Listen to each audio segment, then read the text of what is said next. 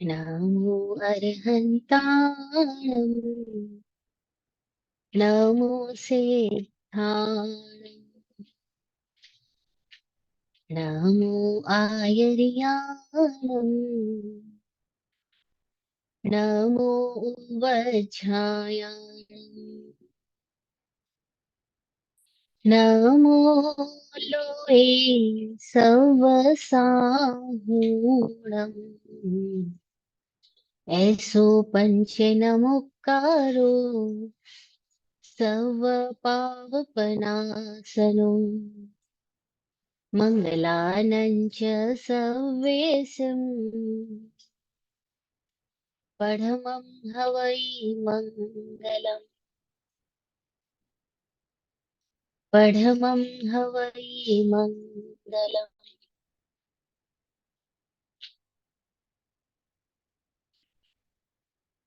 तेरी शरण में ही मरूं तेरी शरण में ही जीऊं मोक्ष की गंगा मिले तो कूप का जल क्यों पीऊं।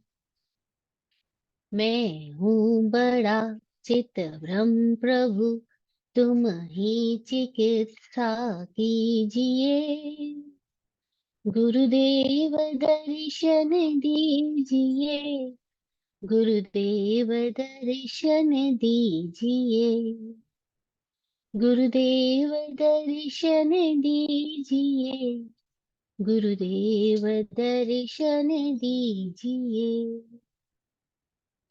माना नहीं लायक प्रभु मैं हूँ तेरे दरबार के फिर भी तुम ही तो हो जहाँ गढ़ के बनो तैयार मैं मेरी खता को माफ गुरु बालक समझ कर कीजिए गुरुदेव दर्शन दीजिए गुरुदेव दर्शन दीजिए गुरुदेव दर्शन दीजिए गुरुदेव दर्शन दीजिए।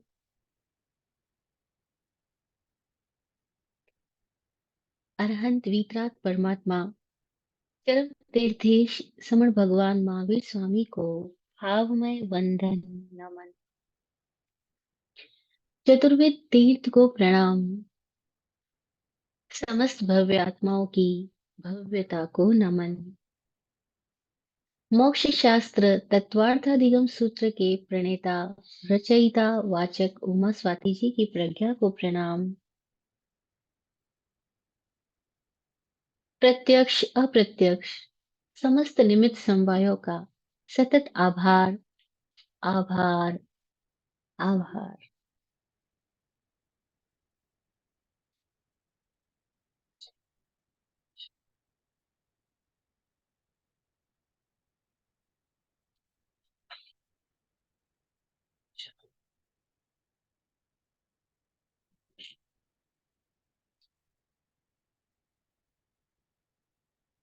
ओम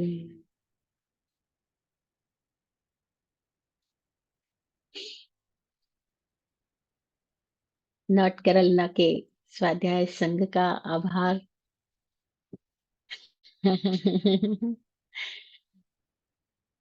आप अपने हर रविवार की रात्रि में हमें सम्मिलित करते हैं।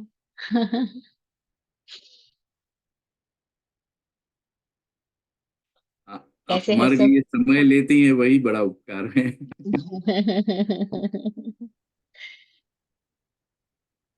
तो हम बात कर रहे हैं भाव जगत की। इस सेकंड चैप्टर के फर्स्ट सूत्र की हम चर्चा कर रहे हैं, तत्वार्थाधिगम सूत्र के, जिसमें 5 प्रकार के भावों का जिक्र हुआ है।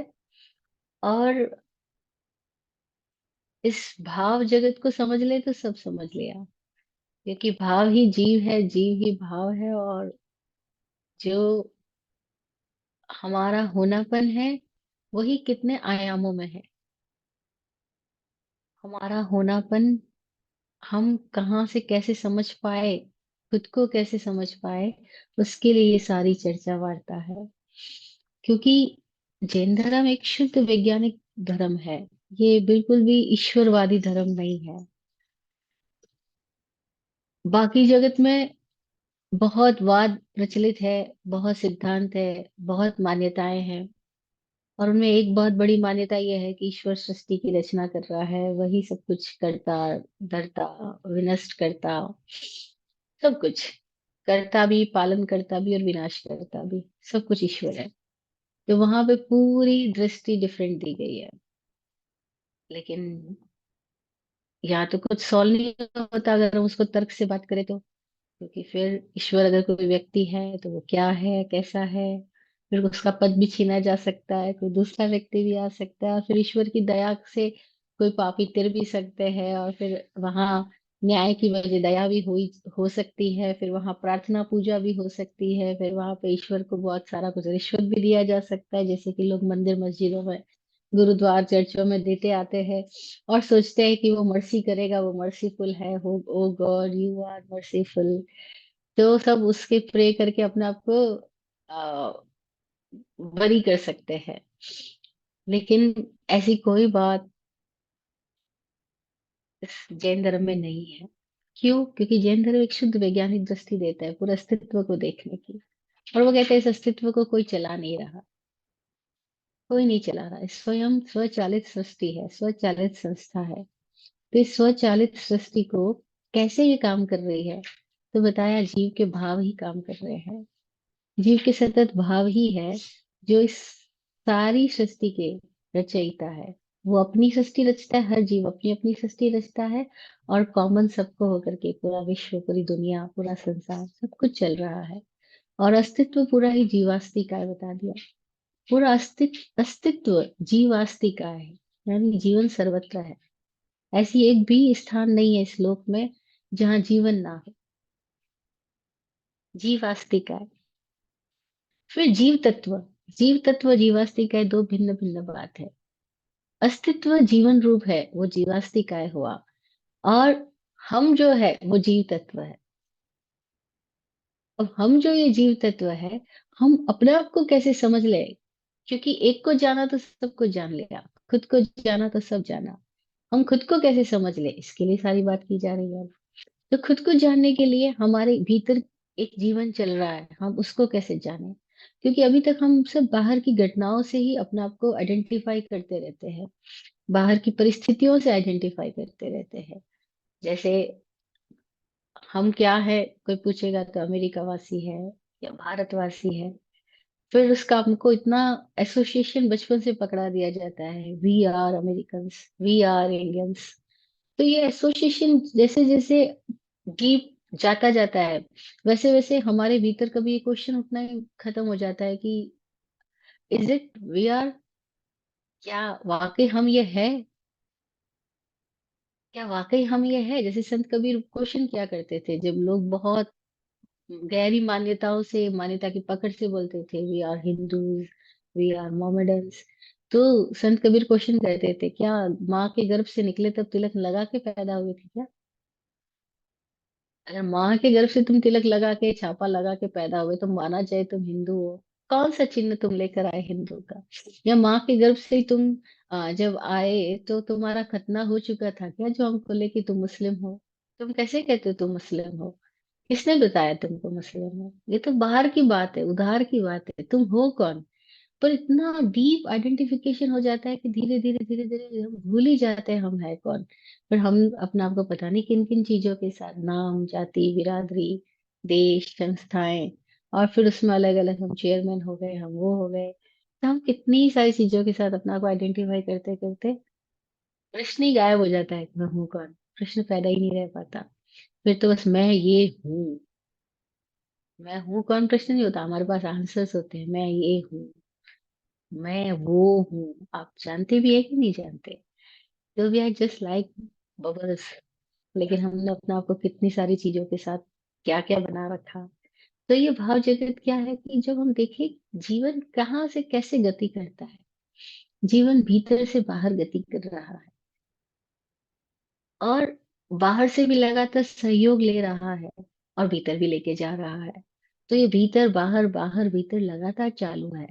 अब इनमें से प्राण तत्व कहाँ पर है जहां से कि जीवन प्रारंभ होता है? तो वो बताया भीतर की भाव जगत, वो भाव है। भाव ही जीव रूप है। भाव कहाँ पर है? पूरे देह में है। क्योंकि बड़ा क्वेश्चन है, भाव कहाँ पर है? कोई कहेगा हृदय के भाव, कोई कहेगा मस्तिष्क के विचार, कोई कहेगा अलग अलग अलग अलग शब्द देंगे, है ना। कोई कहेगा भीतर का नाद, को भीतर की गूंज। ये भावों के अलग अलग केंद्रों पे अलग अलग नाम दे दिए गए हैं। लेकिन भाव जगत पूरा ही, हमारा जो देह है वो पूरा ही भाव रूप है। तभी तो हमारे पैर में कहीं छोटा सा कोई फांस चुभ जाए तो पूरे शरीर में जनजनाहट हो जाती है।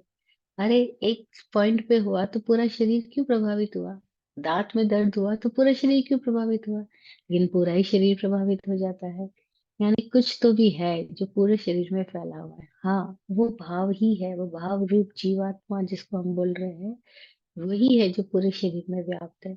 अब इस भाव को हम किस भांति लें, तो उसके लिए बताया गया कि ये भाव जो है वो हमारा शुद्ध परिणमन है, हमारा शुद्ध रूप ही भाव रूप है।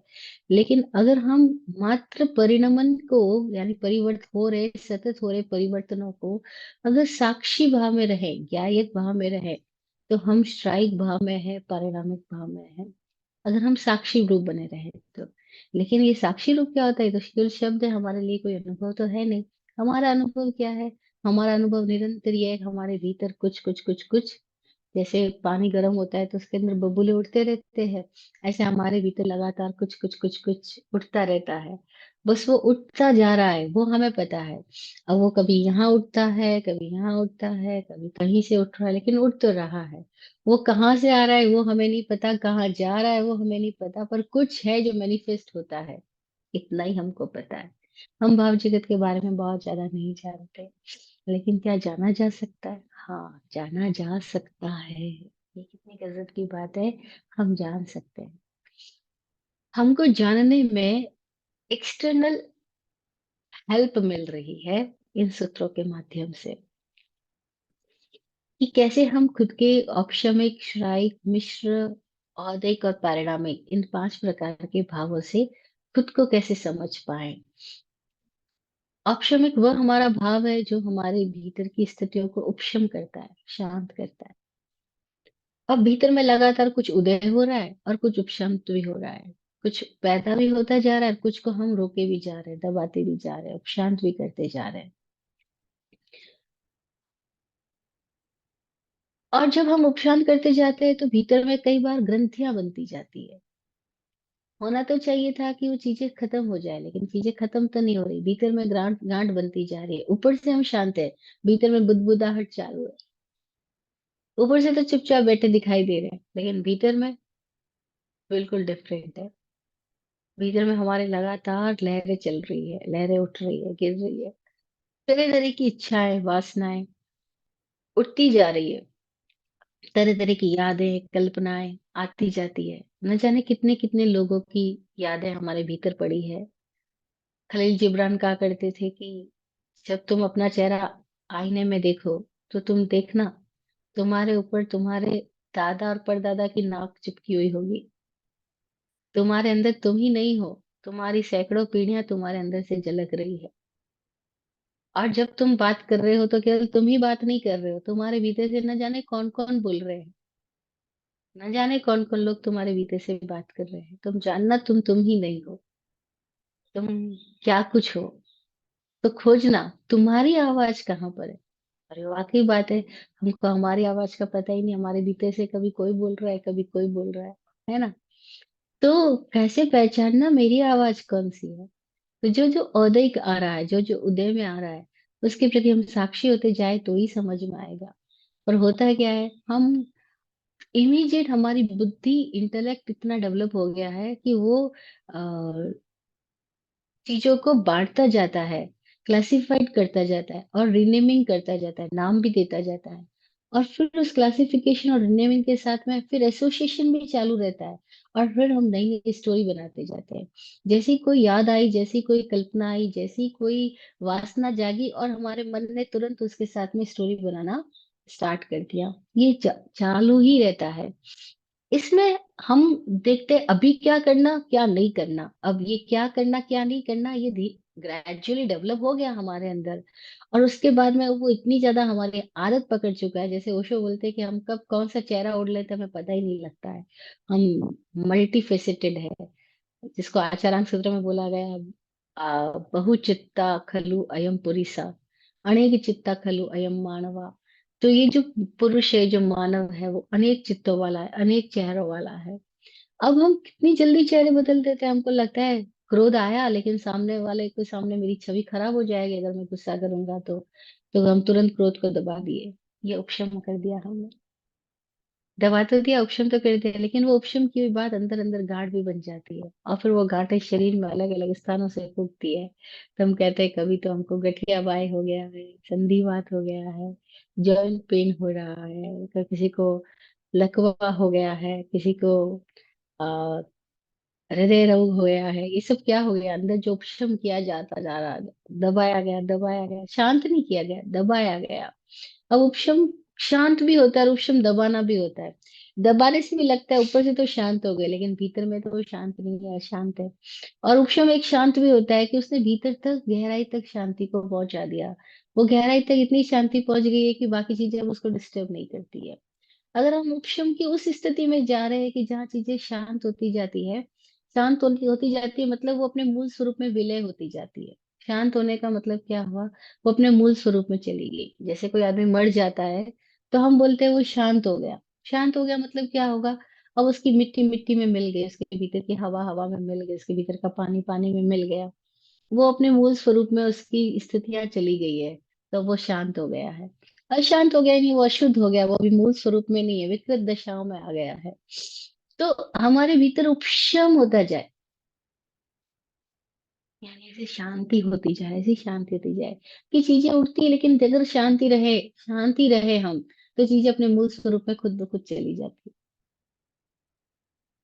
जैसे शरीर में कोई पीड़ा आई है, अगर हम कुछ भी ना करें, जैसे पुराने लोग बोलते थे खांसी जुकाम हो गया है, दवाई लोगे तो 7 दिन में ठीक हो जाएगा, नहीं लोगे तो 1 हफ्ता में ठीक हो जाएगा।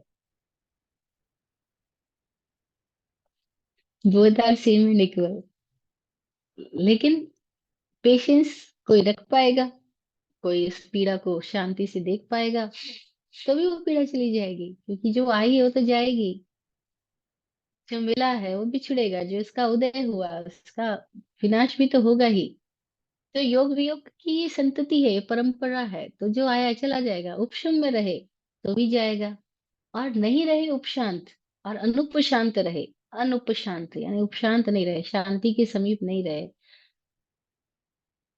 आकुल व्याकुल हो गए, तो क्या होगा, आकुल व्याकुलता के अंदर हम उस उदय में आने वाली स्थितियों के साथ, हम बेचैन होने की वजह से हमने उन स्थितियों को और ईंधन दे दिया। और वो स्थितियां, घर में मेहमान आए और खूब मेहमान नवाजी की जाए, तो मेहमान जाते हुए क्या सोचेंगे, अच्छा दोबारा आएंगे यहाँ पर। और मेहमान आए और आप उदासीन बैठे रहे, शांत बैठे रहे, तो मेहमान क्या सोचेंगे, वो सोचेंगे अब यहाँ पे क्या आना, क्योंकि इस बंदे को तो हमारे आने की, हमारी मौजूदगी से कोई फर्क ही नहीं पड़ रहा है। तो ये तो अपनी ही मौज में या अपनी शांति में है, ये तो हमारी तरफ हमसे प्रभावित ही नहीं हो रहा है, तो वो दोबारा आएंगे क्या। तो उपशांत व्यक्ति के पास में स्थितियां बार बार लौट के नहीं आएगी, अनुपशांत व्यक्ति उदय को ईंधन डालता जाएगा, और चीजें लौट लौट के आती जाएगी। तो क्रोध के उदय में क्रोध आता जाएगा, मान के उदय में मान आएगा, माया के उदय में माया, वासना के उदय में वासना। वो हर चीज को ईंधन डालता है, क्योंकि वो उपशांत नहीं है, वो अनुपशांत है, वो आकुल व्याकुल है। तो वो कुछ ना कुछ करता रहता है, आरंभ करता रहता है, और उसका आरंभ जारी रहता है, और सिचुएशंस फिर ऐसी होती है कि बार बार आप पेट्रोल भरते जाओ और आपकी कार चलती जाए। जितनी चाबी भरी राम ने उतना चले खिलौना। अब चाबी भरो तो खिलौना चालू रहेगा, है ना। ये है अनुपशांत दशा में औदिक भावों को बढ़ावा देना। जब औदिक भावों में व्यक्ति अविवेक रूप से बिना जागृति के बहता जाता है, तो लहरें उसको चलाती है, वो नहीं चलता। तो ऐसे व्यक्ति के लिए बोलते हैं लगता है जी रहा है लेकिन जी नहीं रहा, कि उसने तो अपना जीवन जाना ही नहीं। उसको सिचुएशंस ने ही उसको जिलाया और मराया। जैसे हमें पता ही नहीं हम कब पैदा हुए, पता ही नहीं कब मर जाएंगे, पता ही नहीं कैसे जीवन की घटनाएं घट रही है, बस घट रही है। तो ऐसे बेभानी दशा में जीने वाले लाखों लोग हैं। हम भी उन्हीं में से कोई एक है क्या? हम पहचाने अपने आप को, क्योंकि हमें तो अपना भान ही नहीं, बस उदय आता है और हम उदय के अनुसार चल पड़ते हैं। वासना जागती है, वासना में चल पड़ते, दुख आता है दुख में लीन हो जाते हैं, सुख आता है सुख में लीन हो जाते हैं, क्रोध आता है क्रोध में लीन हो जाते हैं। तो कोई लोग उदय में ही चलते जाते हैं, उपशम जानते नहीं। उपशम जानते भी है तो शांति वाला उपशम नहीं जानते, दबाने वाला उपशम जानते हैं। और जो दबाने वाला उपशम जानता है, उसके चरित्र में लगातार फिर बीमारियां, विकृतियां बनती जाती है। और उन विकृतियों को कोई ईश्वर नहीं दे रहा, कोई उसका कर्म नहीं दे रहा, उसकी अपनी ये जो प्रमादी दशा है, वही उसका कर्म बन रही है। वो प्रमादी दशा में क्या करता है कि जो पूर्व से वृत्तियां आ रही है, जो भीतर से उठ रहा है, वो उसी को फिर बढ़ावा देता है, तो वो एक चक्रव्यूह में चला जाता है। अब ये चक्रव्यूह चल रहा है। चक्रव्यूह में क्या हो रहा है? कभी कभी राजस्थान के अंदर गर्मियों के दिनों में आंधियों का जोर आता है। जब आंधियां एकदम से चलती है तो वो वर्तुल बनाती है, तो उसको बोलते हैं भंवर बन गया। तो उस भंवर में क्या होता है कि अगर कोई भी चीज पड़ गई, सपोज एक कागज भी पड़ गया, तो वो भंवर में गोल गोल गोल गोल गोल गोल घूमते ही जाएगा, घूमते ही जाएगा, घूमते ही जाएगा। और वो पूरा विकृत हो जाए लेकिन वो उसमें घूमता ही जाता है, वो उसको निकलना नहीं आएगा क्यों, तो भंवर में फंस गया है। तो ऐसे ही हम लोगों के दिमागों की स्थिति हो गई है, भंवर में फंस गए हैं।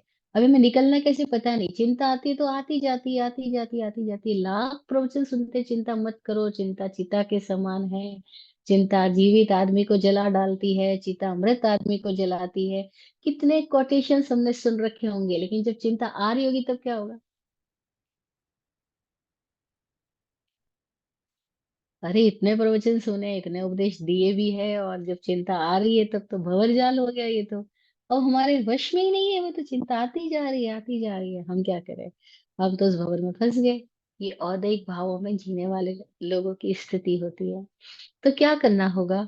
औदैहिक के समय में कोई उपशम होना सीख जाए, कोई शांत होके बैठना सीख जाए, कोई ठहर जाए, अपने आप में ठहरना सीख जाए। तो इतनी मजेदार घटना घटेगी, ठहरने के साथ ही उसके भीतर उपशम भावों के लगातार प्रयोग से, पुरुषार्थ से, जागृति से श्रेयोपशम भी घटित होगा और श्राइक भी घटित होगा। दोनों घटित होंगे। क्या है श्रेयोपशम, इसको हम समझे। तो जैसे गंदा जल रख दिया बाल्टी में और हिलाया डुलाया नहीं, तो गंदगी नीचे जम गई।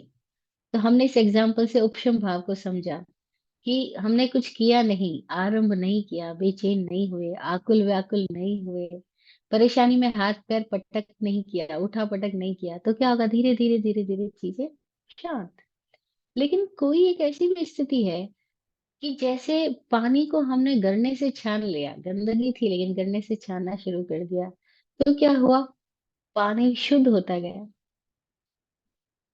झरने में गंदगी इकट्ठी हो गई और पानी नीचे से साफ निकल रहा है। लेकिन जो नीचे से पानी साफ निकल रहा है उसमें भी थोड़ा सा रजकण है, थोड़ी सी धूल मिली है, थोड़ी गंदगी है। क्यों? क्योंकि कितना भी गरने से छानो, तो भी उस गरने के अंदर जो छेद है जिससे पानी बाहर आ रहा है, उसके पानी के साथ साथ कोई तत्व तो बाहर आ ही जाता है, जो एकदम सूक्ष्म रजकण है वो आ ही जाते हैं। तो संयोक्षम किसको बोला? कि जैसे गरने से पानी छाने जाने पर उस पानी में फिर भी थोड़ी सी धूल गंदगी रह जाती है। ऐसे ही संयोक्षम भाव दशा होती है कि व्यक्ति शांत है लेकिन फिर भी उसके भीतर कोई हलचल, कोई एक लेवल पर अभी अशांति मौजूद है। अभी पूर्णतया शांत नहीं हो गया है, अभी पूर्णतया उदय निरस्त नहीं हुआ है, उदय जाते जाते भी अपना प्रभाव छोड़ के जा रहा है।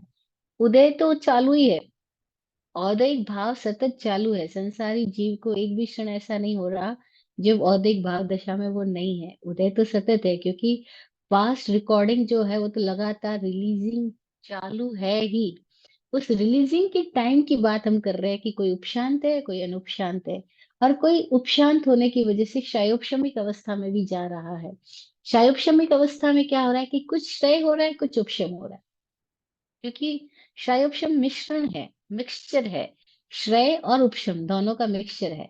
तो अब उसमें क्या हो रहा है कि कुछ चीजें हैं जो गिरती जा रही है, खत्म होती जाती है, निरस्त होती जाती है, और कुछ चीजें हैं जो निरस्त होने के साथ साथ भी इम्प्रेशन छोड़ के जाती है, कोई इम्पैक्ट उसका किसी तल पर रहता ही है। तो इसको शास्त्र की भाषा में कैसे बोलते हैं? तो शास्त्र की भाषा में उदय को दो हिस्सों में बांट के बताया गया कि जो भी उदय होता है, जो भी स्थितियां उदय में आती है, वो दो प्रकार से हमको प्रभावित करती है। एक को बोला विपाक उदय, दूसरे को बोला प्रदेश उदय। ये कुछ फिर नए शब्द आए हमारे बीच में। विपाक उदय का मतलब हुआ कि वह जो उदय में आने के साथ में विशेष रूप से पक करके आया है और फल देगा। विपाक विशेष रूप से पक गया है, अब वो अपना रिजल्ट देगा, अब वो अपना प्रभाव देगा। अब वो फूल खिल गया है तो खुशबू देगा, कांटा भी बड़ा हो गया है और चुभ गया है तो उसका असर शरीर पे आएगा। फूल हो या कांटा, परिस्थिति अनुकूल हो या प्रतिकूल, जो भी स्थिति आती है वो अपना इम्प्रेशन डालती ही है।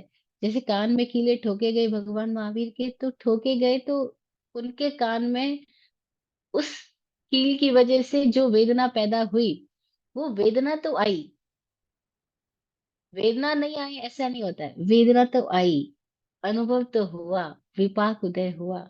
इवन देन जब वो कील ठोके गए तब तो वो एक अलग भाव दशा में है। तो कहानी बोलती है कि उनके भीतर से एक भी आह नहीं आई, एक भी व्यथा नहीं पैदा हुई, वो कोई और ही डायमेंशन में है, एक अलग ही मौज में है, जहाँ कान में कील भी ठोके जा रहे हैं तो उनके भीतर से कोई उफ नहीं निकल रही। हाँ? लेकिन जब कील निकाली जा रही थी, जब वैद्य ने आकर के उनकी कान की कील को निकाला, क्योंकि किसी ने देख लिया, अरे ये क्या हो रहा है, और जब कील निकाली गई तब उनके भीतर से एक चीख आई। क्यों? क्योंकि अभी जब कील निकाली जा रही है तब वे समाधि की, ध्यान की उस अवस्था में नहीं है, अभी वे साधारण स्थिति में उस घटना को देख रहे हैं, और तब भीतर से कोई एक क्षण में आह निकली। तो ये क्या हुआ? विपाक उदय हुआ। विपाक उदय हुआ मतलब अब वो इम्प्रेशन के साथ उनको समझ आया, उनको फील भी हुआ, और उनके भीतर से कुछ उसका प्रभाव भी प्रकट हो गया। तो ये एक एग्जाम्पल के लिए समझा रही हूँ। विपाक उदय का मतलब होता है कि जो चीजें होती है हमें फील होती है, जैसे भूख लगी है तो चक्कर आने लगते हैं, अरे भूख लगी है, खाना खाना है। बहुत भूख लगती है तो हमारे शरीर बिल्कुल जिस अलग तरीके से अपनी स्थिति को बयान कर देता है ना। बहुत नींद आ रही है तो हमारी शरीर की स्थिति बता देती है, अब नींद आ रही है, अब हमारे वश में नहीं, आंखें बंद हो ही जा रही है। अब कोई कुछ बोल भी रहा है और हम करते भी नींद में चले जाते हैं। ये विपाक उदय हो गया, पता लग गया है। तो जो स्थितियां सामने आती है, भूख लगना है, नींद आना है, चक्कर आना है, बीमारी आना है, कंफर्ट मिलना है, प्लेजर आना है, भीतर से जो जो हो रहा है हम फील कर रहे हैं, रिएक्ट भी कर रहे हैं, रिस्पॉन्ड भी कर रहे हैं, दैट्स ऑल आर कॉल्ड विपाक उदय। विपाक उदय हो ही रहा है, अब प्रदेश उदय भी साथ ही साथ हो रहा है। प्रदेश उदय का मतलब है सूक्ष्म तलों पर उदय में आना। विपाक उदय का मतलब है स्थूल रूप से भी अपने उस उदय को महसूस कर पाना, पहचान पाना। अब प्रदेश उदय का क्या मतलब हुआ? जैसे अभी आप मेरी बात सुन रहे हो, आप नॉर्थ कैरोलिना में तो रात का टाइम है, तो कितने लोग हैं जो सुन रहे हैं और सुनते सुनते एक क्षण के लिए गायब हो जाएंगे और फिर वापस आ जाएंगे। तो वो कहाँ चले गए? तो नींद आई, एक पल के लिए घेरा और फिर वापस जाग गए, अरे मैं सुन रहा था, कहाँ चला गया। तो कई बार ऐसा होता है कि हमें पता ही नहीं लगता, लेकिन चीजें तो, घटनाएं तो घट जाती है, छू के चली जाती है। ये तो बहुत स्थूल बात है, एक नींद आके, एक झोंका भी आया और आके चला गया, ये विपाक उदय ही है। लेकिन कभी कभी ऐसा भी होगा कि किसी तल पर हवा छू के चली गई लेकिन हमें पता ही नहीं चला, प्रदेश उदय भी हुआ। प्रदेश उदय होता ही है और उसके साथ विपाक उदय होता है। लेकिन कभी कभी ऐसा भी होता है कि विपाक उदय नहीं हुआ, केवल प्रदेश उदय हुआ। विपाक उदय होता है तो प्रदेश उदय तो हो ही रहा है, क्योंकि सूक्ष्म तलों पे तो परिवर्तन हो ही रहे हैं, उदय में आ ही रहा है। और प्रदेश का मतलब है वो जो सूक्ष्म तलों पर हो रहा है। विपाक का मतलब है जो स्थूल तल पे भी परिभाषित हो रहा है, प्रकट हो रहा है, दिखाई पड़ रहा है, फील हो रहा है, जिसको हम एक्सपीरियंस कर रहे हैं, जिसको हम रिस्पॉन्ड भी कर रहे हैं, तो प्रदेश उदय होता है, विपाक उदय होता है। शयोपशम की दशा में क्या होता है? प्रदेश उदय तो हो रहा है लेकिन विपाक उदय नहीं हो रहा। प्रदेश उदय तो अभी भी जारी है, भीतर तो कुछ कुछ परिवर्तन अभी भी जारी है, लेकिन विपाक उदय नहीं हो रहा है। क्यों नहीं हो रहा है? क्योंकि विपाक होने की के लिए व्यक्ति को अनुपशांत होना होगा, और यहाँ तो व्यक्ति उपशांत है, शांत है। जब शांत है तो बहुत चीजें हो रही है, लेकिन उसके भीतर कोई एक तल पे होके चली जाएगी। जैसे हम बोलते हैं, जब आप ध्यान में बैठोगे तो बहुत ध्यान की शांत अवस्था में भी हो सकता है किसी तल पर कोई विचार आके चला जाए, लेकिन फिर भी आप उस विचार के साक्षी रहोगे, क्योंकि आप ध्यान में हो, तब विचार के प्रति अलर्ट हो, साक्षी हो, विचार में इन्वॉल्व नहीं हो। तो उस साक्षी अवस्था में क्या हुआ? प्रदेश उदय हुआ, विपाक उदय नहीं हुआ। आया विचार, चला गया, लेकिन आप किसी विचार के साथ एसोसिएट ही नहीं हुए, विचार में जुड़े ही नहीं, विचार में विमुग्ध नहीं हुए, आ इंक्लूड नहीं हुए। आपने उस विचार के साथ अपने आप को इंडल्ज नहीं किया। आप एकदम अलर्टनेस के साथ अपने भीतर बाहर हो रहे हर परिवर्तन के प्रति एकदम साक्षी रहे। तो क्या हुआ? प्रदेश उदय तो फिर भी हुआ, लेकिन विपाक उदय नहीं हुआ, क्योंकि उदय तो जारी है। तो जो विपाक नहीं हो रहा है, तो प्रदेश तो हो ही रहा है। बाहर से लग रहा है कुछ भी नहीं हो रहा, लेकिन ऐसा तो हो ही नहीं रहा, कुछ नहीं हो रहा है, हो ही रहा है। होना ही हमारा निरंतर जीवन है, परिणमन है, परिवर्तन है, हो ही रहा है। लेकिन वो जो होना हो रहा है, अब उस होने में अबोधि नहीं है, अजागृति नहीं है। तो जब अजागृति नहीं है, अबोधि नहीं है, इन्वॉल्वमेंट नहीं है, तब क्या हो रहा है कि जो हो रहा है वो होने के साथ ही क्षय होता जा रहा है। जितना जितना भीतर एक स्थिरता बढ़ती है, ज्ञायक दशा बढ़ती है, उतना उतना भीतर में क्या होता है कि चीजें आई और गई, समाप्त हो गई, श्रायिक स्थिति में चली जाती है ऑटोमेटिकली। वो श्रय होती जाती है, श्रय तो फिर भी हो ही रही है। ऐसा एक भी क्षण नहीं है जब जो उदय में आया वो श्रय नहीं हुआ। फिर से समझना, श्राइक भाव ऐसा एक भी पल नहीं है जो कि उदय में आया और श्रेय नहीं हुआ। जो भी उदय में आया वो श्रेय हो ही रहा है। जो भी हवा छू के निकल रही है वो जा ही रही है, जो आ रही है वो जा रही है। जैसे सांस अंदर गई और बाहर निकली, आ ही रही है, जा ही रही है, सतत परिवर्तन जारी है। श्राइक भी सतत है, लेकिन दिक्कत क्या है कि श्राइक तो हो रहा है, लेकिन उसके साथ साथ हम जब इन्वॉल्व हो जाते हैं तो फिर से नया उदय चालू रहता है ना। तो कोई एक स्थिति ऐसी है जब हम इन्वॉल्व नहीं हो रहे, हम साक्षी है, तब स्ट्राइक हो रहा है, और नया परिवर्तन के साथ हमारा प्रतिबंध नहीं हो रहा है। और जब प्रतिबंध नहीं हो रहा है, तब क्या हो रहा है? हम शुद्ध अवस्था में जी रहे हैं, तो हम मुक्त हो रहे हैं। तो ये मुक्ति क्षण क्षण घटित हो रही है। कैसे घटित हो रही है? हमारे भीतर की वह अवस्था जहाँ चीजें आ रही है, जा रही है, लेकिन हम उनके उनके तल से अलग हो गए हैं। ये सब अलग अलग तलों पर होने वाली स्थितियां हैं, और कोई एक तल ऐसा भी है जहाँ कुछ भी नहीं हो रहा है, जहाँ कोई केंद्रीय तत्व है जो इन सारे हो रहे परिवर्तनों को देख रहा है, लेकिन खुद परिवर्तित नहीं हो रहा है। जैसे हम बोलते हैं पहिया चल रहा है, तो पहिए में कोई एक ऐसा केंद्रीय तत्व है जो चल नहीं रहा है, जो खुद स्थिर है, जिसकी वजह से पहिया चल रहा है। उसको हम चाक बोलते हैं, जो केंद्र में है। जैसे साइकिल हम सब ने चलाई है, चलाते हैं, तो साइकिल की एक सेंटर पॉइंट है, वो तो स्थिर है, और बाकी पहिया आराम से चल रहा है, क्योंकि वो सेंटर पॉइंट स्थिर है। अगर सेंटर पॉइंट चलने लग जाए तो पहिया गड़बड़ हो जाएगा, पहिया नहीं चलेगा, और वो आवाज करेगा, विसंगति हो गई, शोरगुल पैदा हो जाएगा। तो अभी क्या है कि हम सेंटर पे सेंट्रलाइज्ड नहीं है, तो अभी हमारी सारी गतियां विसंगतियां हैं, सारे गीत शोरगुल है। लेकिन कोई स्थिति ऐसी है जिसको भगवान ने सामायिक स्थिति बोला, कि हम सम में आ गए। महर्षि पतंजलि ने जिसको समाधि बोला, कि हम समाधि में आ गए, हम सम में आ गए। तो जैसे ही हम सम में हो गए, अब क्या हुआ? अब चीजें श्राइक होती, उदय में आएगी, श्रेय हो जाएगी, नया प्रतिबंध नहीं बनेगी। तो औदैहिक से शायोपशमिक में आना, और शायोपशमिक से श्राइक दशा में जाना जीव का उत्थान है। उत्थान का क्रम है। और औदैक से औदैक में जाना, इन्वॉल्व होते जाना, अनूप शांत रहना, और हर्षरहित होने वाली स्थिति के साथ नया प्रतिबंध करता जाना, नई रिकॉर्डिंग करते जाना, वो पतन का मार्ग है। ये दो हमारी स्थितियां हैं। अब हम ही अपनी यात्रा देखें कि हमारी यात्रा कैसे हो रही है। हमारे भीतर जो कुछ हो रहा है, हर परिवर्तन के साथ हम विचलित हो रहे हैं, प्रभावित हो रहे हैं, आवेशित प्रतिवेशित हो रहे हैं, और हम बेचैन बने हुए हैं। तो हम अपनी पतन की मार्ग दशा में जा रहे हैं। तब हमें पता लगेगा कि हम व्यथित है, हम दुखी है। और कोई और कारण से दुखी नहीं है, खुद खुद से ही दुखी है। खुद खुद में ही बेचैन है, खुद खुद से ही परेशान है। अब जब हम खुद खुद से परेशान है, तब अब परेशानी को बाहर गुस्सा करेंगे, किसी और पे निकालेंगे, क्योंकि भीतर में बेचैनी है ना, तो बाहर कहीं पे तो निकलेगी।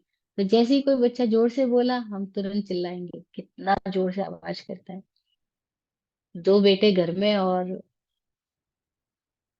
छोटे बेटे ने कोई गलती करी तो बड़े बेटे ने एक चपत लगा दी गुस्से में आकर के, और बोला, तू कितना जोर से बोलता है, चीखता है, तो शांत नहीं रह सकता क्या? इतनी जोर से थप्पड़ मारी तो पापा अंदर ऑफिस में काम कर रहे, उठ के बाहर आए, और बाहर आकर के बड़े बेटे को जोर से थप्पड़ लगा के बोलते, कितनी बार बोला छोटे के ऊपर हाथ नहीं उठाते हैं।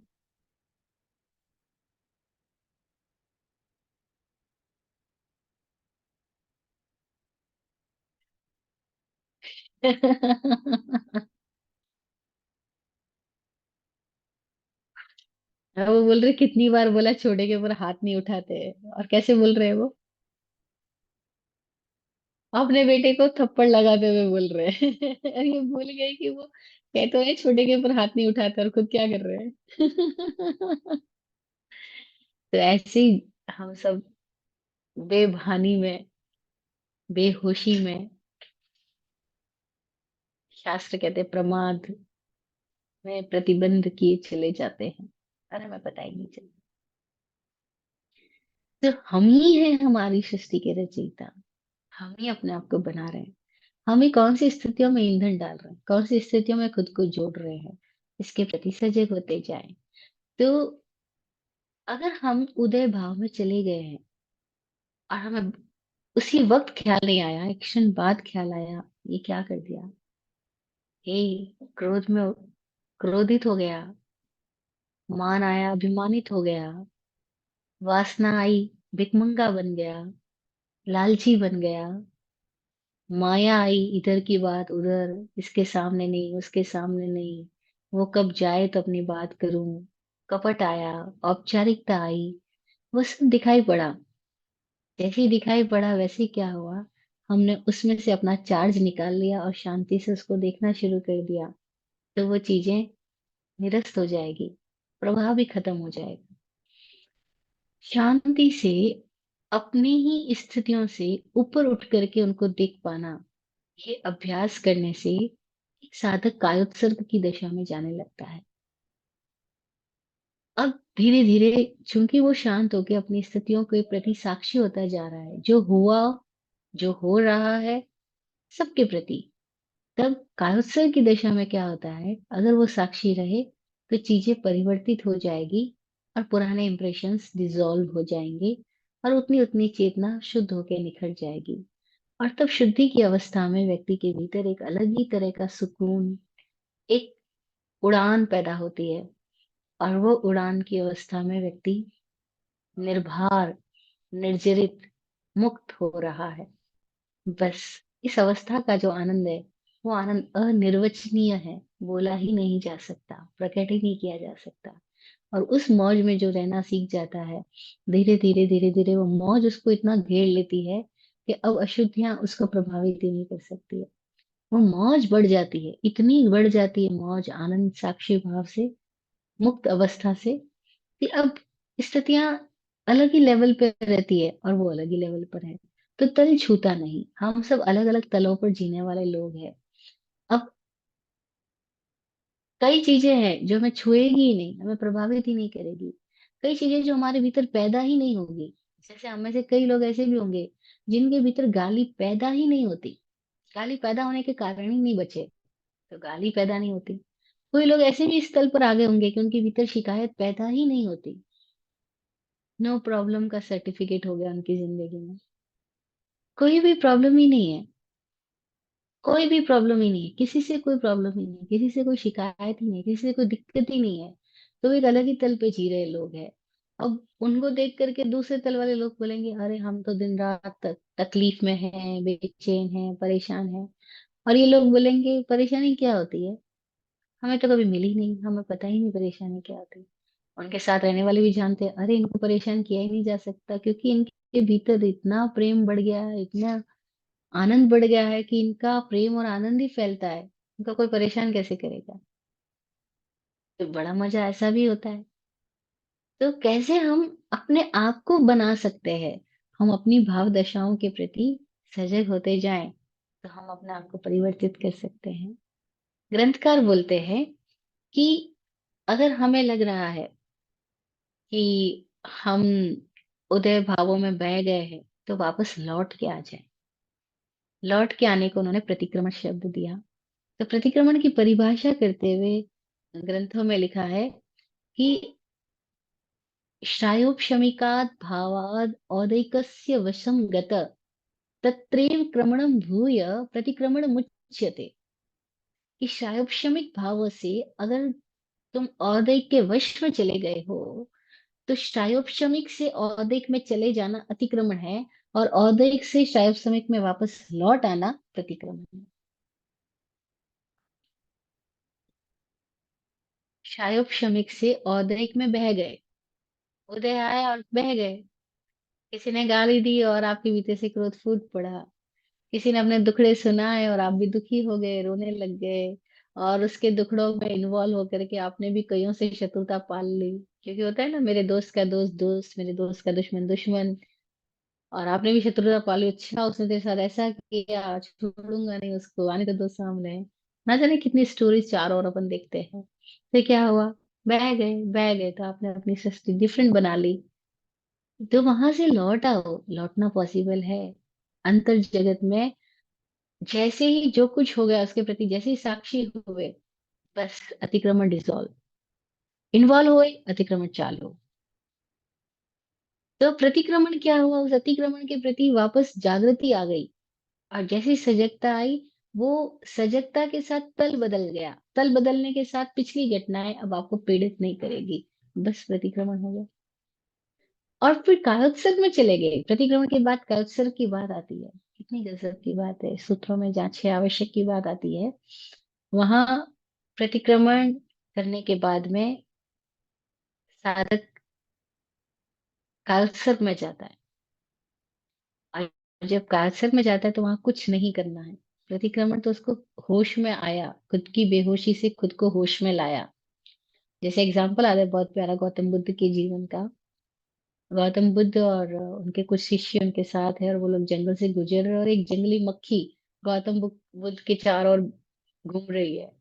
और वो जंगली मक्खी बड़ी मोटी मक्खी होती है, भी भी करते करते वो गौतम बुद्ध के बालों पे कानों पे आके जोर जोर से बोल रही है। गौतम बुद्ध अपने शिष्यों के साथ बात भी कर रहे हैं, चल भी रहे हैं, और एकदम से मक्खी आई तो उन्होंने अपना हाथ ऐसे किया और मक्खी को उड़ा दिया। मक्खी तो उड़ गई। गौतम बुद्ध ने वापस हाथ ऐसे किया, वापस ऐसे किया। तो आनंद ने पूछा, अभी तो मक्खी उड़ गई, अभी अब दोबारा आपने हाथ क्यों किया बनते। और वो आनंद भी बड़ा मजेदार है, वो इतना सूक्ष्म निरीक्षण करता है, और वो जानता है कि अगर बुद्ध कुछ कर रहे हैं तो उसके पीछे कोई तो विज्ञान होगा, कोई तो कारण होगा।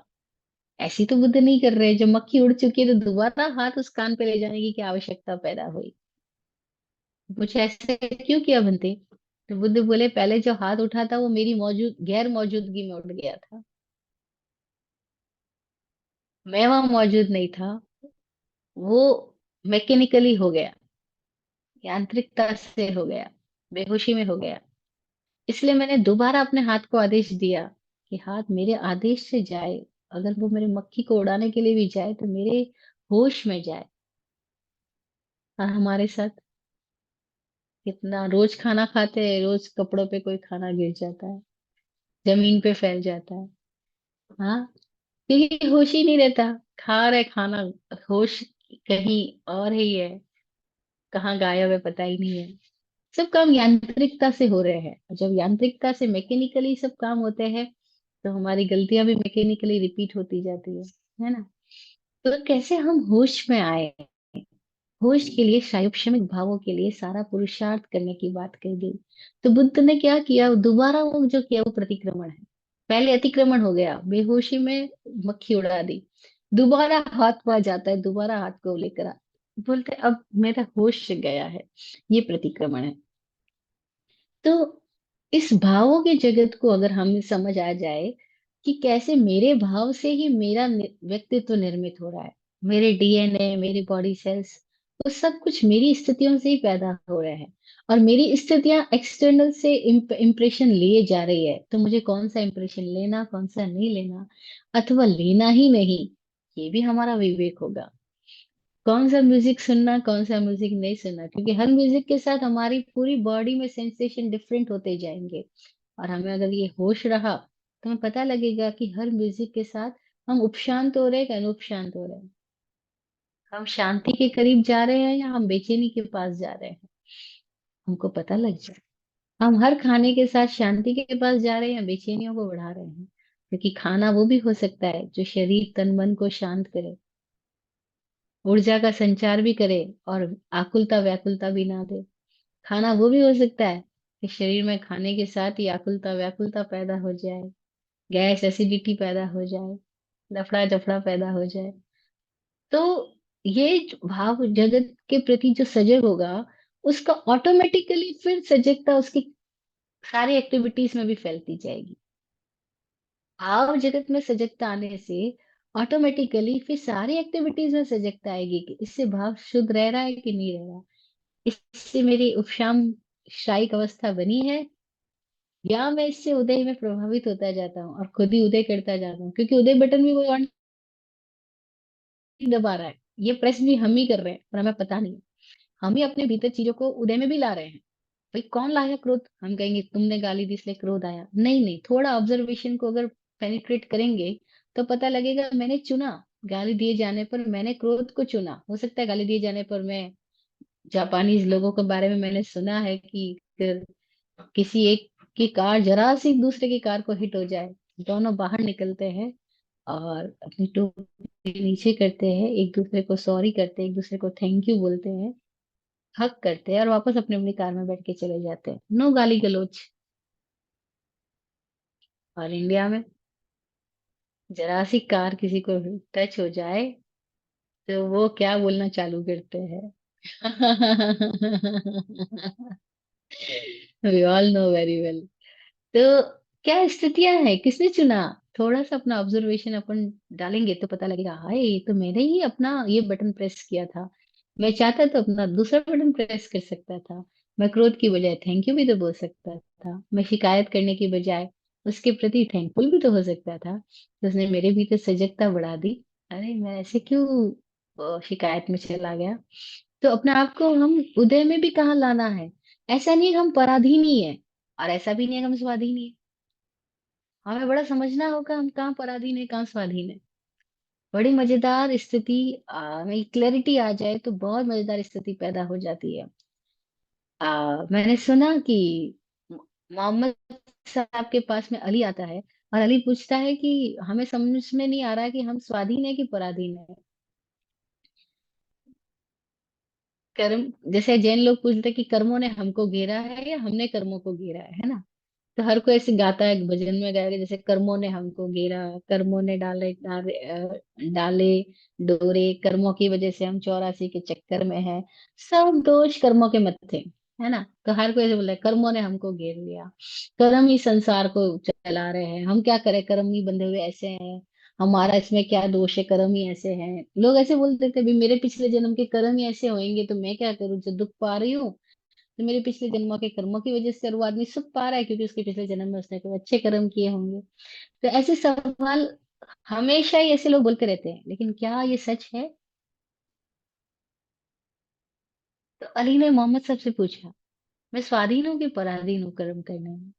मोहम्मद साहब बड़े गजब के, उन्होंने कोई तार्किक जवाब नहीं दिए, कोई दार्शनिक जवाब नहीं दिए, उनके जवाब इतने सिंपल, इतने साधारण और इतने मजेदार, क्योंकि प्रज्ञा तो पैदा हो गई, लेकिन उनके भीतर में उस प्रज्ञा के साथ में जो दूसरी सभ्यता संस्कृति के प्रभाव है वो नहीं आए हैं। वो सरलता के साथ अपनी बात को जैसी है वैसी की वैसी रख देते हैं।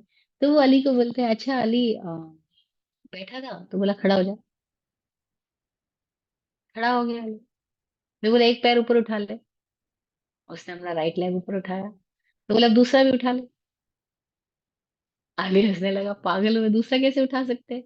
जब एक उठा लिया तब दूसरा, दूसरा पैर साइमल्टेनियसली कैसे उठ सकता है? तो ये आपने राइट लेग उठा लिया, अब लेफ्ट लेग दोनों एक साथ कैसे उठाओगे? तो बोला लेफ्ट नहीं उठा सकता। तो बोले बस इतना ही है, हम कर्म करने में स्वतंत्र है पहले स्टेप पर, लेकिन उसके बाद सेकंड स्टेप, उसके लिए हम स्वतंत्र नहीं है, अपरतंत्र है।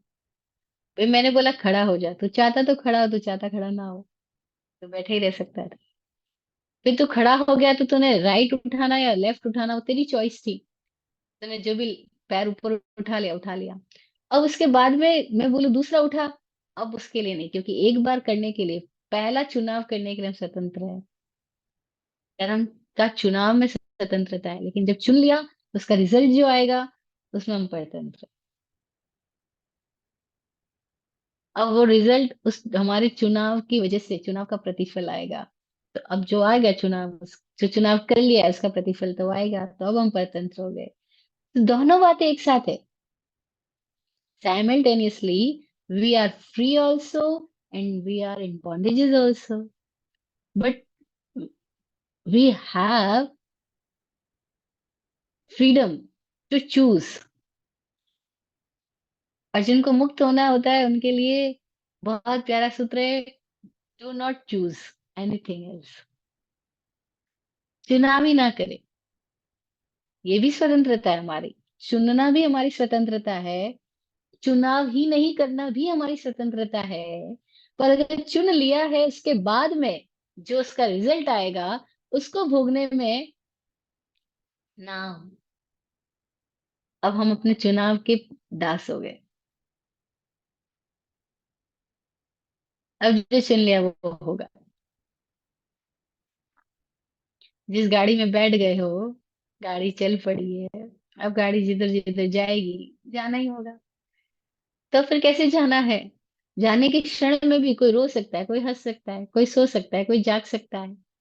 तो फिर से चुनाव है हमारे हाथ में। तो एक भी पल ऐसा नहीं है जब चुनाव हमारे हाथ में नहीं है। एक भी पल ऐसा नहीं है जबकि मुक्ति बंद हो गई हो, जबकि स्वतंत्रता को किसी ने समाप्त कर दिया हो। एक भी पल ऐसा नहीं है। कोई हमारे हाथ पैरों को बांध सकता है, लेकिन हमको थोड़ी बांध सकता है। हम हाथ पैर ही नहीं है ना। हम, हमारा अस्तित्व, हमारा व्यक्तित्व तो कुछ और है। कोई हमको घर में, एक घर में कैद कर सकता है, पर हमको थोड़ी कैद कर सकता है। हम तो मुक्त आत्माएं हैं। और ये जिसको समझ आ गया, उसके भीतर के चक्रव्यूह भंवर जाल समाप्त। और भीतर से भंवर जाल और चक्रव्यूह समाप्त हो गए तो फिर पीछे क्या बचा? तो मुक्त हुआ।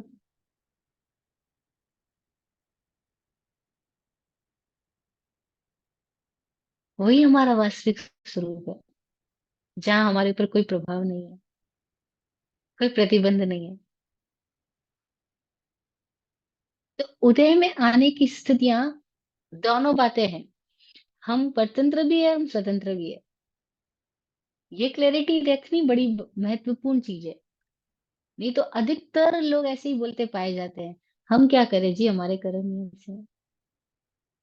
हम क्या करें, हमारी किस्मत में ही ऐसा लिखा हुआ है, हमारे हाथ में थोड़ी है। वो ऐसा इसलिए बोल रहे हैं क्योंकि उनको वाकई जैन दर्शन नहीं पता, ये सूत्र नहीं पता, उनको ये क्लैरिटी नहीं है कि हमारी ही हाथ में है, निज निर्णय निज हाथ। गुरुजी बोला करते थे, विराट गुरुजी, सूत्र दीप खोलो नयन, पाओ सत साकार, या फिर गृद्ध पतंग बन, मेटो निज आकार, निज निर्णय निज हाथ। सूत्र दीपक है, तुम इससे आंखें खोल के, खोलो नयन, आंखें खोलो और उजाले में यात्रा करो। पाओ सत साकार, सत को अपने अस्तित्व को खुद ही अनुभव कर लो, पाओ सत साकार। या फिर गृद्ध पतंग बन, या फिर इन सूत्रों को पकड़ के बैठ जाओ, गृद्ध हो जाओ, आसक्त हो जाओ, पतंगा बन जाओ। जो पतंगा आता है वो दीपक के अंदर जल मरता है, जीवन ही समाप्त कर देता है। या फिर गृद्ध पतंग बन, मेटो निज आकार, अपना आकार ही मेट डालो। निज निर्णय निज हार, हाथ, both are in your hands. You are the responsible, whatever you are, whatever you choose. You are the only responsible. That's the only कर्म बात। भाई मैं ही मेरा निर्णायक हूँ। उदय में आ रही स्थितियों के लिए मैं ये गैर जिम्मेदार नहीं हो सकता कि यार पिछले कर्म है ना, है ना, ये इसमें मेरा चुनाव है। मेरे को सारे चैनल्स मिले, मैं 94.1 चलाऊं, 2 चलाऊं, 3 चलाऊं, मिर्ची मसाला चलाऊं, या कोई नॉर्मल चलाऊं, या दूरदर्शन देखो, या कुछ भी ना देखो और अपनी आंख बंद करके सारे ट्यून्स के साथ में अपने आप को डिस्कनेक्ट कर लूं, ये भी पॉसिबल है। अरे ये मेरा चुनाव है, ये क्लियर हो जाए तो कितना मजा हो जाए। मेरा जीवन मेरा चुनाव है। तो उदय भावों में भी आदमी, उदय के क्षणों में भी, हालांकि आवेग आता है उदय के क्षणों में, जब आवेग आता है तो जबरदस्त आवेग आता है। उस आवेग के क्षणों में भी कोई सतत पुरुषार्थ करता आ रहा है, धर्म ध्यान का, कायोत्सर्ग का, उपशम भावों का, शयोपशम भावों का। तो उसके साथ ये घटना घटेगी कि उदय के आवेग में भी वो, कितना भी गहरा आवेग हो, वो उपशांत रह पाएगा। और कदाचित बह गया, कदाचित उदय के आवेग में वो अपने आप को नहीं ठहरा पाया, नहीं समझा पाया, नहीं रुक पाया, और कदाचित बह गया, तो वापस लौट के भी अपने आप को संभाल लेगा, अगले क्षण संभाल। ये पॉसिबल है।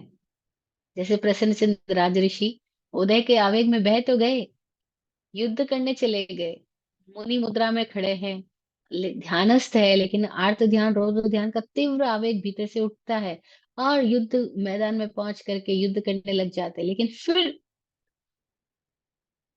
कुछ क्षणों में होश संभल जाता है, अरे क्या कर रहा हूँ, मैं हूँ क्या, क्या मैं अपने आप को अभी भी राजा माने बैठा हूँ, क्या मैं अभी भी उनको शत्रु रूप देख रहा हूँ। बस लौट के आता है और स्ट्राइक भाव में आ गया, साक्षी हो गया, गायक हो गया, और परिणामिक दशा ऐसी प्रकट हुई, जिसका भव्यत्व उसकी पूर्णता में खिल गया, और वो मुक्त हो गया उसी क्षण में। और बड़ी मजेदार बात है, जब हम शिखर की चढ़ाई चढ़ रहे हैं, पहाड़ी पे चढ़ रहे हैं, तो सबसे ज्यादा गिरने की संभावना कब है? जब तलहटी पर है तब, या चोटी के पास है तब? जब चोटी के पास है तब। और जब चोटी के पास से कोई आदमी गिरता है, तो कितनी गहरी खाई में गिरेगा? वो हाईएस्ट खाई में गिरने की पॉसिबिलिटी भी तभी पैदा होती है जब आप हाईएस्ट पीक पर हो। पीक के पास से ही आपको वैली में उतरोगे, गिरोगे तो पूरी वैली में, तो सातवीं नरक तो कौन जाएगा? वही जो मुक्ति के एकदम करीब हो गया है, उसी के पास ये कैपेसिटी है। बस एक ही क्षण की देरी, एक ही क्षण का डिसीजन, क्षण का साहस, केवल संशय। जल निधि तैर चला आया मैं, उथला तट प्रतिरोध बन गया। हिमगिरी लांग चला आया मैं, लघु कंकर अवरोध बन गया। डूबती है कश्तियां अक्सर जब साहिल पास होता है।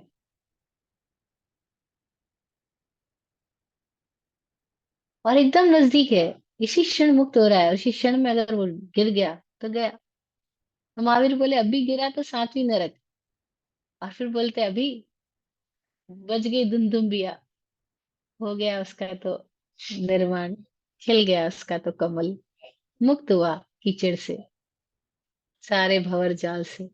अरे ये क्या हो गया? बस ऐसा ही है खेल जगत का, यही भावों का खेल।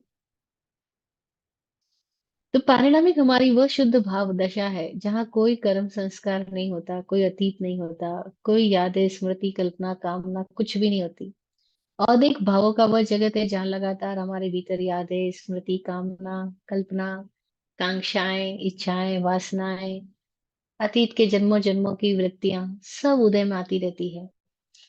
उस उदय में आने वाली स्थितियों के प्रति जो सजग होता रहता है वो शायोपशमिक में जाता है या शायिक दशा में पहुंच जाता है। और शायोपशमिक का पुरुषार्थ करते करते जो चूकता जाता है वो लगातार उदय को बढ़ावा देता जाता है। और इस तरह से हमारे भीतर ही लगातार ये खेल जारी है। और इस पूरे खेल का जो साक्षी हो गया वो मुक्त हुआ।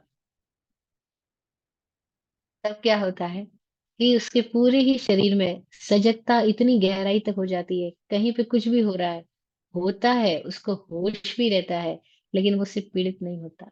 बस ये स्थिति में हम सब आ जाए, इसी के लिए सारी बात की जा रही है। तो पहला सूत्र पूरा हुआ लगभग। शॉर्ट में हमको एक समझ पैदा हुई कि कैसे ये 5 प्रकार के भाव ही हमारी स्थितियां हैं। और हम भाव रूप है, हम भाव रूप है। और हमारे ही ये अलग अलग स्थान है कि कभी हम अपने ही उदय में बैठे जाते हैं, कभी हम औदय के साथ में उपशांत रहते हैं, सजग रहते हैं। कभी चीजों को भोगते हुए भी, श्रय करते हुए भी भोग रहे हैं, क्रिया कर रहे हैं, करते हुए भी हम शायोपशमिक दशा में रहते हैं। मतलब चीजों की घटनाओं से गुजरना तो पड़ता है, गुजरने के साथ साथ भी हमारे भीतर की स्थिति मजेदार बनी रहती है, तो शायोपशमिक दशा रहती है। और कभी कभी ऐसा भी होता है कि गुजरने के साथ साथ चीजें समाप्त होती जाती है, ना कोई प्रतिक्रिया प्रतिबंध होता ही नहीं। क्यों? क्योंकि लगातार अपने धर्म ध्यान के अभ्यास से हमने वो स्थितियां प्राप्त कर ली होती है कि अब चीजें हमें पीड़ित नहीं करती। हमें हमारे तल से चीजें स्थितियां डिफरेंट तल पर है, हम डिफरेंट तल पर है। जैसे अभी आकाश में बादल आते हैं तो हमें हम दिन में भी रात जैसे एहसास पा लेते हैं, बादलों के साथ हम प्रभावित होते हैं। लेकिन हम फ्लाइट में उड़ने लग जाते हैं तो बादल नीचे और हम ऊपर हो जाते हैं। अरे आज मैं ऊपर आसमान नीचे, वो स्थिति पैदा हो जाती है। तो कितना मजा आता है, हम बादलों को अपने नीचे उड़ते हुए देख रहे हैं, बादलों से होने वाली नीचे की रचनाओं को देख रहे हैं और हम बादलों के ऊपर उड़ गए हैं। तो कोई ऐसी दशा हम फ्लाइट में उड़ने लग जाए, हमारे भीतर ही फ्लाइट हम पैदा करें, अपनी भाव जगत की फ्लाइट पैदा करें, उड़ान पैदा करें। तो हमारे भीतर एक ऐसी उड़ान आएगी कि आज मैं ऊपर आसमां नीचे। अब चीजें बादल नीचे आ रहे हैं लेकिन मेरे को पीड़ित नहीं करते। क्यों नहीं करते? क्योंकि मैं उस तल पे ही नहीं बैठा हूँ। तो हम सब अलग अलग तलों पे जीने वाले लोग हैं। इसीलिए कई बार लोग सवाल करते तो बड़ी हैरानी होती है कैसे जवाब दें इनको। एक व्यक्ति ने थोड़े दिन पहले सवाल किया, अरे आपने दोनों तरह के जीवन देख लिए, सन्यास का भी देख लिया, गृहस्थ का देख रहे हो, तो आपको क्या लग रहा है कौन सा जीवन श्रेष्ठ है? मैं उनको कैसे बताऊं कि आप जिनको सन्यास कह रहे हो मैं उसको सन्यास नहीं कह रही, आप जिनको गृहस्थ कह रहे हो उनको गृहस्थ नहीं कह रही। मेरे लिए तो सन्यास और गृहस्थ बाहर की भूमिका में है ही नहीं, वो तो भीतर की स्थितियों में है। और भीतर की स्थितियों में सन्यासी होते हुए कोई गृहस्थ हो सकता है, गृहस्थ होते हुए कोई सन्यासी हो सकता है। उनको कैसे समझाया जा सकता है? लेकिन लोगों को ऐसा लगता है, अरे आपने दोनों तरह के जीवन देखे तो आप बताओ कौन सा श्रेष्ठ है, ताकि उनको मजा आए, उनको पता लगे अरे हम गृहस्थी। और वैभवश्री जी ने भी बोल दिया कि गृहस्थ जीवन श्रेष्ठ है, तो हम तो बहुत साधुओं से ऊंचे हो गए। नहीं, मैं जीवन को एक अलग ही आयाम में देख रही हूँ। वहां पे मैं तो ऐसा नहीं देख रही कि कपड़ों में, क्रियाओं में, बाहर की एक्टिविटीज में कोई संन्यास या गृहस्थ का संबंध भी है। संबंध भी भीतर की स्थिति से है कि हम कहाँ औदैक में बह गए, तो हम संसार को ही बढ़ावा दे रहे हैं। हम औदैक के साथ जागृत रहे, शाही क्षमिक दशा में बढ़ते जाए तो हम मुक्त हो रहे हैं। तो जीवन का संबंध बाहर के तल से नहीं, भीतर की स्थितियों से है। और वो समझ आ जाए, भीतर से बाहर जीवन गति करता है, और जो भीतर है वो हम है। और हम ही हमारे निर्माता है, हम ही हमारा चुनाव कर रहे हैं। और हम देखते जाए कि ग्रंथियां है तो उदय में भी आ रही है, आने दो, लेकिन हम उसके विपाक उदय में ना बह जाए। हम कैसे सजग रहें, शायोपशम का पुरुषार्थ जारी रहे। तो ऐसा पॉसिबल है कि चीजें आएंगी, बदलेंगी, बाहर स्थिति आप सब कुछ बदलती ही जाएगी, लेकिन व्यक्ति कैसे साक्षी भाव में रह सके। फिर इन्हीं सूत्रों की और आगे व्याख्या है।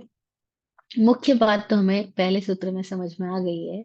अब इनके पांचों भावों के फिर भेद भी बताए गए, और भेदों की संख्या की गई है कि जैसे 5 भाव, पहले हमने भाव को 5 भेद में समझा, अब एक एक भाव के वापस भेद बताए गए हैं। सेकंड सूत्र बोल रहा है कि जो उपशम भाव है वो दो भेद वाला है। द्विनवाष्टाद्वादे द्विनवाष्टादशेक विंशति त्रिभेदा यथाक्रमम। ये सेकंड सूत्र है। ये सूत्र क्या बोल रहा है? द्विनवाष्टा, द्वि यानी दो, उपशम भाव के दो भेद है। फिर सेकंड भाव था हमारा औपशमिक श्राइको, श्राइक भाव, तो श्राइक भाव के 9 भेद बताए गए हैं। फिर तीसरा था हमारा शायोपशमिक भाव, तो शायोपशमिक भाव के 18 भेद बताए गए। औदिक भाव के 21 भेद बताए गए। और पारिणामिक भाव के 3 भेद बताए गए। यानी इन पांचों भावों की वापस आगे भेद प्रभेद करके व्याख्या की गई है। और वही मैं कहूंगी कि समझदार को तो इशारा काफी है, लेकिन हम कितने बुद्धू लोग भी है, हमको फिर और ज्यादा डिस्क्रिप्शन की जरूरत पड़ती है। तो हमको और तरीकों से डिस्क्राइब करके बताया गया कि इनके भी वापस भेद है। औपशमिक श्राइक, औपशमिक श्राइको भावो मिश्रश्च जीवस्य स्वतत्व मौदिक परिणामिकौ च, ये पहला सूत्र था। और दूसरा सूत्र है द्विनवाष्टा दशेक विंशति त्रिभेदा यथाक्रमम। कि इनके क्रम से वापस, जैसे पहले 5 नाम बताए थे उनके क्रम से सीरियल वाइज ये भेद है, 2, 9, 18, 21 और 3। अब उपशम के दो भेद है। वो क्या भेद है उपशम के दो भेद? तो थर्ड सूत्र बोलता है सम्यक्त्व चारित्र्य। उपशम के दो भेद है, उपशम समकित और उपशम चारित्र। अब ये क्या चीज है उपशम समकित उपशम चारित्र? ये तो फिर एक नई व्याख्या पैदा हो रही है। हाँ जी, ये नए शब्दों के साथ नई यात्रा हम अगले पड़ाव में करेंगे। आज इतना ही। आज का हमारा समय लगभग पूरा हो रहा है, तो हम उपशम समकित उपशम चारित्र की चर्चा नेक्स्ट चैप्टर में, नेक्स्ट सेशन में करेंगे जब भी होगा। तो आज हम यहीं पे विराम देते हैं अपने इस सेशन को। आज सबके लिए गुरु जी की दुआ, आशीर्वचन। आप फूलो फलो हो जिंदगी मखमल मुलायम। आप फूलो फलो हो जिंदगी मखमल मुलायम। आपकी हर खुशी पे है हमारी जान सदके। दुआ करते हैं चुपचाप दिल की थाप से हम। दुआ करते हैं चुपचाप दिल की थाप से हम। रहे जाते नवाजे हर घड़ी अरमान सबके। अमन और चैन से गुजरे आपका वक्त सारा। अमन और चैन से गुजरे आपका वक्त सारा। रुख पे खिलती रहे यूं रूह की मुस्कान खुल के। रुख पे खिलती रहे यूं रूह की मुस्कान खुल के। जय हो, जय हो, जय हो। सबका कल्याण हो।